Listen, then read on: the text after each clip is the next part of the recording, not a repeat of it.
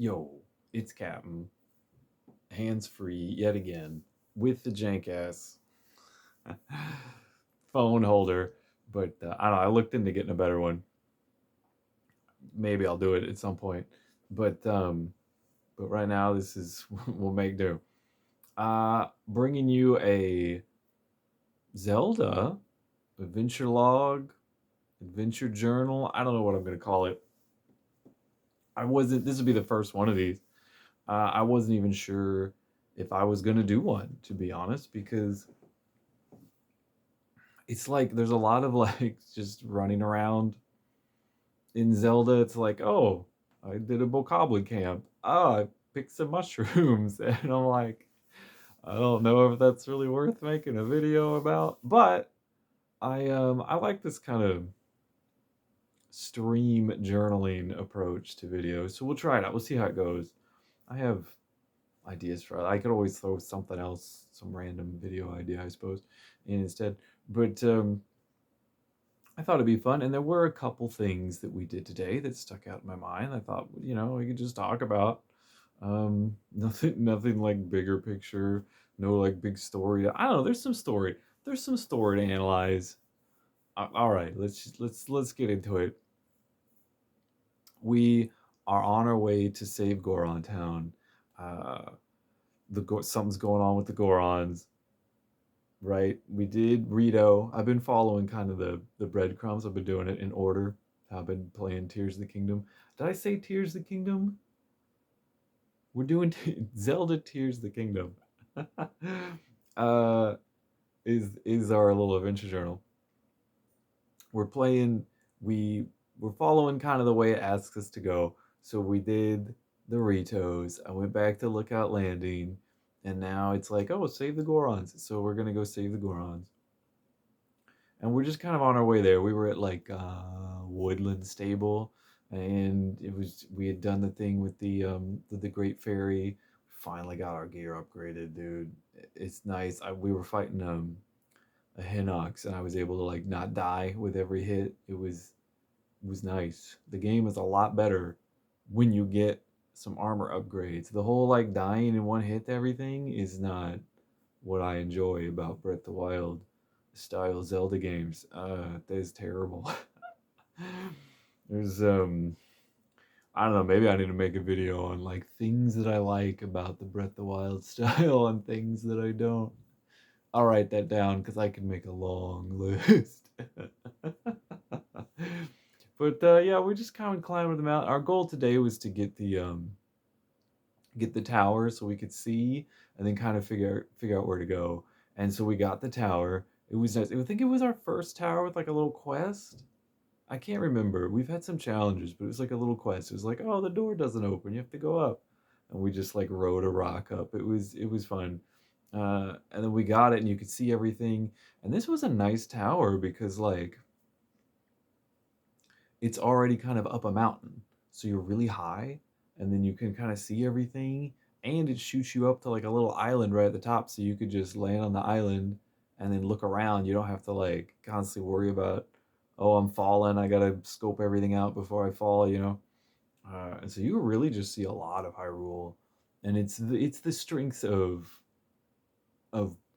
Breath of the Wild and thus Tears of the Kingdom is just kind of like the atmosphere of its open world, like looking out and seeing all this stuff. And we got some really nice vistas that were a lot of fun to just enjoy. Just, oh, let's look over there. Oh, the sun's setting over there.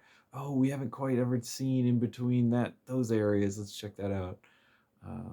So that was lovely. It was a nice little moment. But it also let us see what we could do next.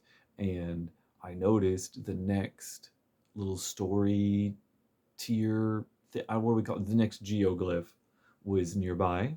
And it was the next one. I'm trying to do them in order, in the order you find them in the cavern. It was recommended to me to do them that way to kind of have the story make a little more sense. And like I said, this playthrough is supposed to be a little bit more directed. Did I say? I had to restart the video because there was noise. So I was like, I think I said that in this one. I'm trying to do a more straightforward follow the breadcrumb playthrough. And so, speaking of noise, and so I was like, all right, well, let's do these stories in order, right? So that was the next, I think it was like the third, um, like Zelda flashback, flash forward story bit that we've seen. And that was interesting. And then, like, I'll talk about that in a minute. Um, but we were able to see that, and then we were able to see Goron Town, and we were able to see the road that like connects us. It's like, oh, okay, I know what to do. I'm gonna go get this geoglyph. It's gonna take us back to the stable. I'm gonna grab my horse, and then we'll just head up the road to Goron Town.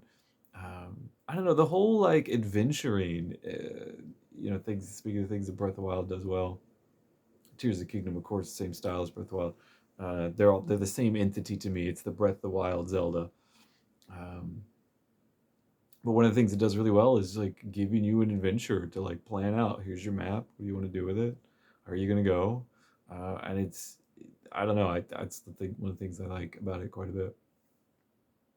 So we did that. We went and found the first story, and I will.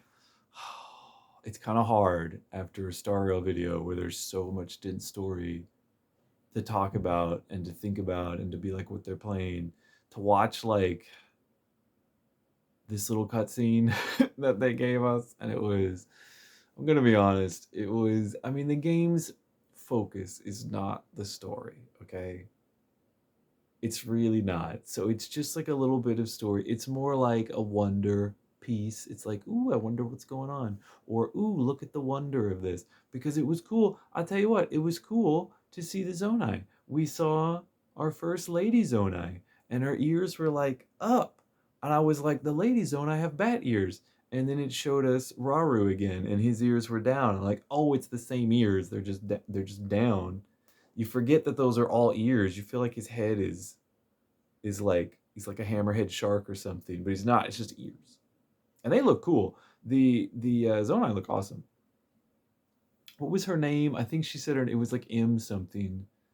Murao, Mi, Murana. Oh no, oh no, I've forgotten. Well, I've forgotten. Um, I've completely forgotten. So, but we had her, and they explained. It was cool. We did learn some stuff. Like the story's not. It's not like bad. It's just much more simplified. Um, we did learn some stuff. We learned about the tears and that the magic stones, and that they don't actually have any powers in them. They just magnify your own powers, which I thought was interesting. I would assume they had powers like medallions of light or something, but the powers they talked about were like the medallions. It was like um, Miss M. God, what if her name doesn't even start with an M? Miss M.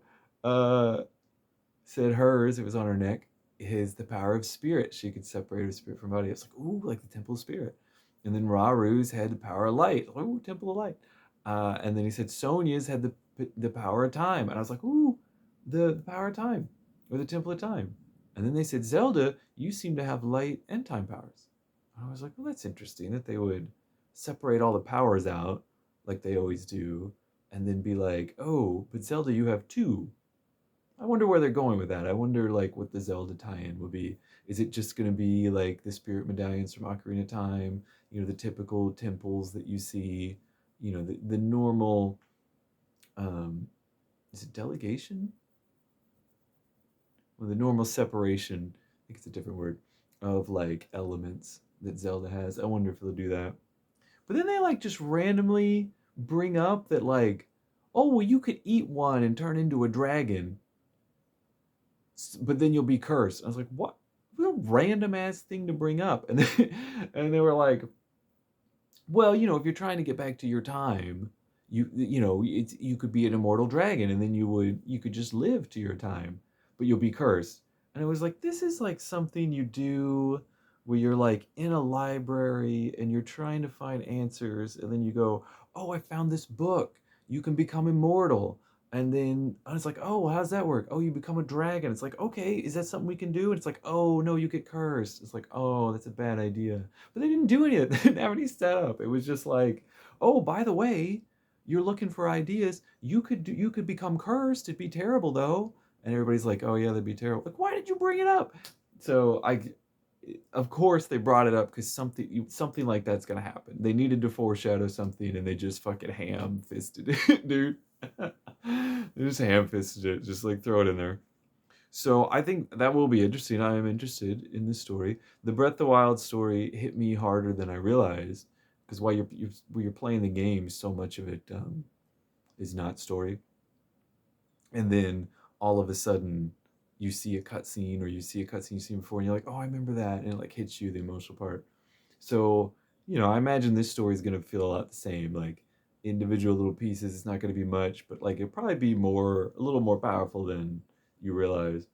Um, so I am interested to see what they do with that little tidbit, because we also saw Kilton and what's his brother's name, Milton. We saw them wanting bubble gems because his brother, I think Milton, wants to eat the bubble gem and turn into a Sayori. So here's this concept of like eating gems and turning into other things. And it's like, okay, it's just some goofy thing, but they did it twice. And they did it, and one of those times was in like a really important place. So I'm like, okay, what are y'all gonna do with this? Who swallowed a gem? What's going on? Like, did Ganon swallow a gem? Is that why he's still around? Like what? Like what's going on? You know, like this is clearly gonna be something. Are the dragons we see floating around people who swallowed gems? Like, are they old? Are they the old Zonai? They're gonna do something with this, and I am interested to see what that something would be. But right, like it's not you can it's not like it's not subtle, it's not refined. It's very just throw that in there out of nowhere because we got to throw it in because we're gonna do something with it. So right, it's just a different level of storytelling. But I'm interested to see where they go, and it was really cool to see the Zonai. I love seeing the Zonai. The visuals are fantastic, and they're just neat. It's just fun to see things in the Zelda universe, this fleshed out and in this unique like um, anime 3D painterly style thing they got going on for the Breath of the Wild and Tears of the Kingdom. So that was a big story moment. And then we like moved on. You ran around, did some stuff. We caught a horse. We caught a horse and we didn't register it because what's the point of registered horses? You just only can use one, so you just use the one. Um, and then we went up the mountain again and headed on to Goron Village. We didn't make it to Goron Village though. We took I was debating on whether to go to Goron Village or the cool thing we saw over there, which is like there's a fork in the road. And then right at the fork, they put a Korok, and the Korok's like, "Take me to my friend who's over at the cool thing." So it's like, all right, apparently they want me to see the cool thing first. So I head over there, and it turns out the cool thing is the bistro, which is I'm pretty sure is new. I don't remember there being a bistro in Breath of the Wild, and it's the Rock Bistro, and it's where they serve the gourmet rocks to the Gorons. But what was interesting is these are the Gorons eating the mysterious rocks they're not nice now, and they're not doing nice things, and we see them, they're eating like purple rocks, and they've got purple eyes, and it's like, okay, something's going on, and you're like, this is gonna be one of the mysteries. And there was like a little cute, what was his name, Tule or Tule, who was like sitting his little brother, and he's like, my big brother's eating this gourmet rock roast, I think that's what it's called, and now he won't do it, so he's not acting like himself anymore, and his eyes are glowing. And it's like all the Gorons who are eating these rock roasts there's something's wrong with them, but we can't eat them because little kids don't have big enough teeth, and the elders can't eat them because their teeth are gone, so we're the only ones that are like left. And you're like, all right, this is what's going on. And so, and and then they play into that. You go talk to the cook and Cookie, and he's like, give me my rock roast, that's all I care about. And I don't know. It'll be fun to see what's going on with this. I don't know if this is the disaster that's befallen Goron Town, because I presume there'll be a disaster at each town that we then fix, like there was at Rito. But it is interesting, and I forgot to say one of the things I noticed when we did the tower was Death Mountain is like got corruption coming out of it, gloom, whatever it is. And so like it seems like Death Mountain's turned into a giant hole into the depths. And I'm like, oh, that's cool. That's because depths is like one of the coolest things in Tears of the Kingdom. So I was like, all right, that's cool. I'm interested. You know, do I get to jump in Death Mountain and go down to the depths? Okay. So they're eating these purple rocks, and they're purple, right? And I'm like, are these rocks that have been affected by gloom? But they look a little bit like, I mean, they say they're rocks and that people can't eat them, so they're probably rocks. But I don't know, are they like pieces of a monster, a gloom monster or something? You know, maybe there's like a rock behemoth, right? Because it's like, does gloom like affect just rocks? I don't know. And they also have like little bones in them. So I'm like, and we have been seeing bones around. So I'm like, are they not really rocks? Are they like eating like a corrupted bean or something? I don't know. It'd be fun to find out. I wanted to take a peek in the cave where they said to go get them, and I tried, but it was super hot, and I didn't want to deal with consumables at the time. Like I was like, all right, let me go to Goron Town and see if they'll sell me like some hot pants or something, so I don't have to deal with like, okay, I've got 5 minutes of heat resistance, and then I'm like worried about the timer and stuff. It stresses me out. The game's supposed to be relaxing, it stresses me out, timers. So I was like, all right, well, we'll put that cave on hold. So the bistro was really interesting. I enjoyed the bistro, and then we did a shrine. There was a shrine there, and we did it, and I like died, and I had to use a fairy because I was being too dumb to heal, and I was like, no, I'll make it. I won't. Surely I won't fall in the lava the sixth time, and of course I did fall in the lava the sixth time, and fucking I thought I gamed over. I was like, oh no. But I used a fairy, so I think I have two left or something. So I mean that was it. That's kind of the things I wanted to. It was really like the tower experience, and then like the bistro experience, and then wondering what's going on in Goron Town. That'll be where we go next, to see what's happened. I guess the elders will still be okay, and the little kids. It's just everybody else. So we'll see. I don't know. I'm looking forward to it. I actually had a lot of fun playing today. It was nice just to play something lighter and more gameplay oriented, um, even though I was still getting stuck on walls and stuff. But yeah, so that's it. That's the Tears of the Kingdom adventure journal. Sure, we'll call it something like that. Adventure journal for today. Um, I don't know. You can let me know if it was interesting or not. Do I have to say things on YouTube? Do I have to say like, comment, subscribe? Am I supposed to? I don't know. I feel cringy. I don't want to, but even like all the people I like, they say stuff like that. Even like the good YouTubers. It don't matter. It don't matter. Captain doesn't know how to make a YouTube video, but he's trying. And so we made one today. Let me know. I don't know. I don't know. Hopefully you enjoyed it. It was actually kind of fun to recount. It really did feel like a journal. Like, let's just talk about what we did. I mean, let me know how much did you enjoy the Gorons? Do you like running up the towers? I don't know. Okay, look, I'm waffling like craziness. Uh, that's all I have. Thank you for joining me. I hope you enjoyed the video. Um, and I hope you have a lovely rest of your day. I might not have another video till like a couple days because I'm kind of only doing them on days I stream, but who knows? Maybe I do it when I won't. And the next time I plan on streaming is in a couple days. So we'll see how it goes. But that's it. Have yourselves a lovely rest of your week, rest of your day, rest of whatever, and I'll see you around. Thanks for watching.